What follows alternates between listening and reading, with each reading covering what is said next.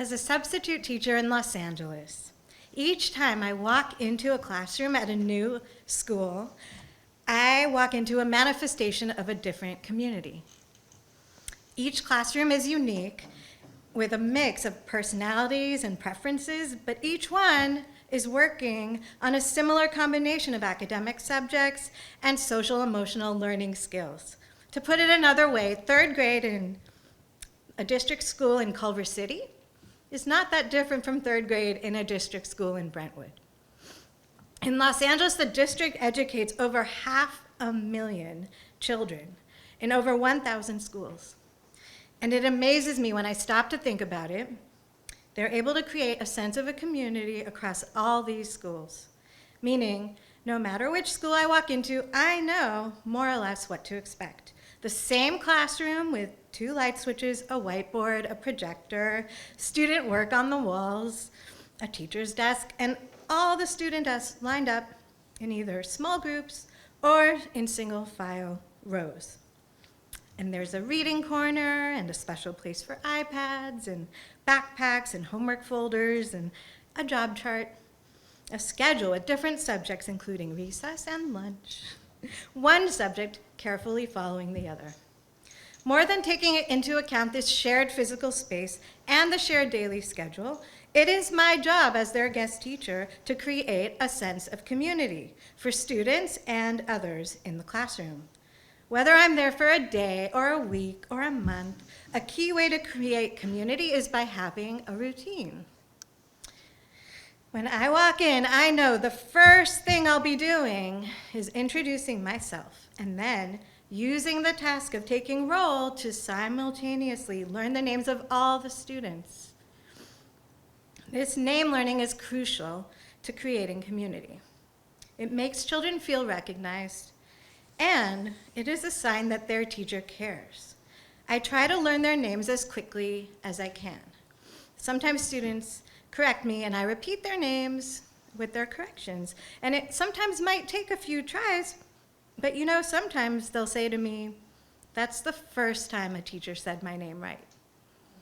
And that is an amazing feeling. In Jewish tradition, we place a special emphasis on names.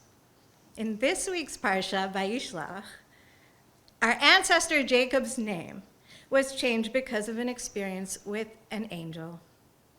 Jacob encounters this angel on the eve of one of the most intense moments of his life.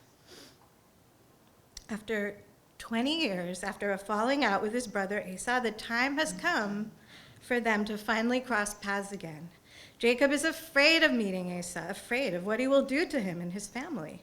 After all, he colluded with their mother to deceive their father and receive the birthright that was supposed to be Esau's.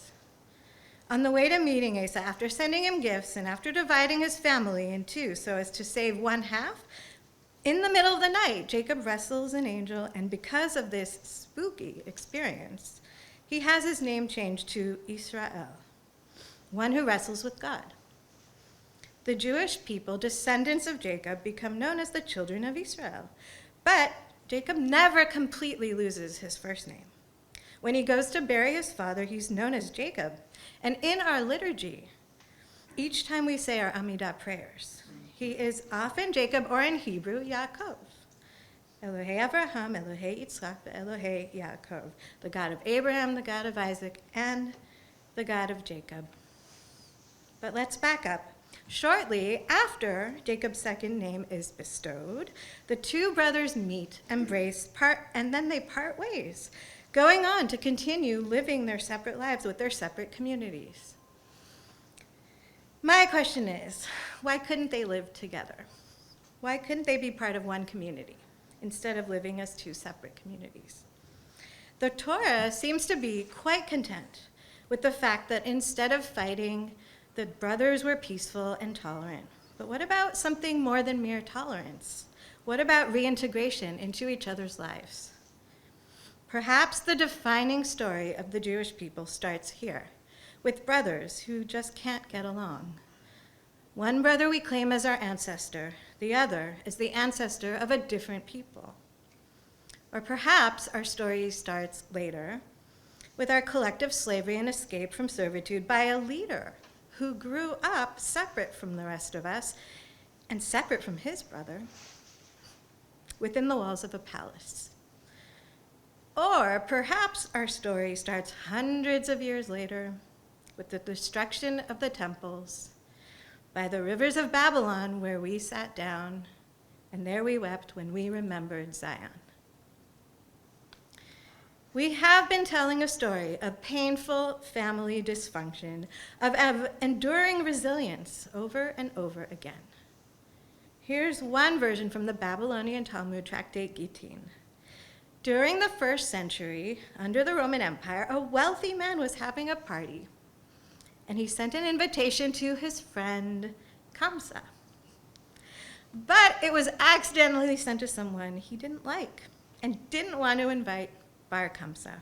You may notice a similarity of names, which means that Kamsa and Bar Kamsa were likely part of the same family. In any event, when Bar Kamsa shows up, the wealthy host asks him to leave. But Bar Kamsa wants to stay, and he even offers to pay for the meal, for the expense of the party itself. And the host still refuses his offer 3 times and then has him removed. In front of all the guests, Bar Kamsa vows he will have his revenge, and his actions after that day ultimately lead to the destruction of the temple, and with it, the destruction of the practice of Judaism of that time. Why couldn't the host have been more generous and allowed Bar Kamsa to stay? Especially since he was willing to help with the costs involved. Hearing this story makes me feel sad because in a way it is a lot like complaints I often hear as an elementary school teacher. She won't let me play. He called me a bad word. She took my pencil. He pushed me out of the circle. We may be adults, but our behavior is childish. As a people, Jews are all part of a classroom, meant to be sharing books, meant to be sharing a teacher who wants the best for us. Instead of being inclusive, we are unkind. Instead of sharing, we take. When will we learn to get along? When will we learn how to celebrate our differences instead of letting them destroy us? This I know for sure. As Jews, our identities are complex. We're not relegated to simply a religion or an ethnicity or a culture. If we were only a religion, then those of us who don't keep kosher or don't believe in God would not be Jews. But we are. If we were only an ethnic group, then we would not have Yemeni Jews, Bukharian Jews, Russian Jews, and all the different types of Jews from different ethnicities.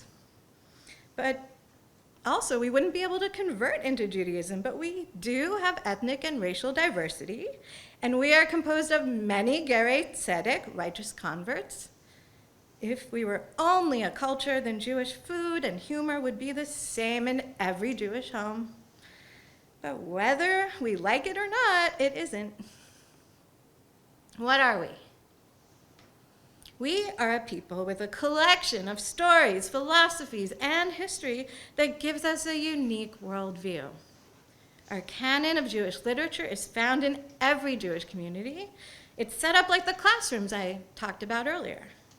I walk inside a synagogue anywhere in the world, and I know what I'm going to find there.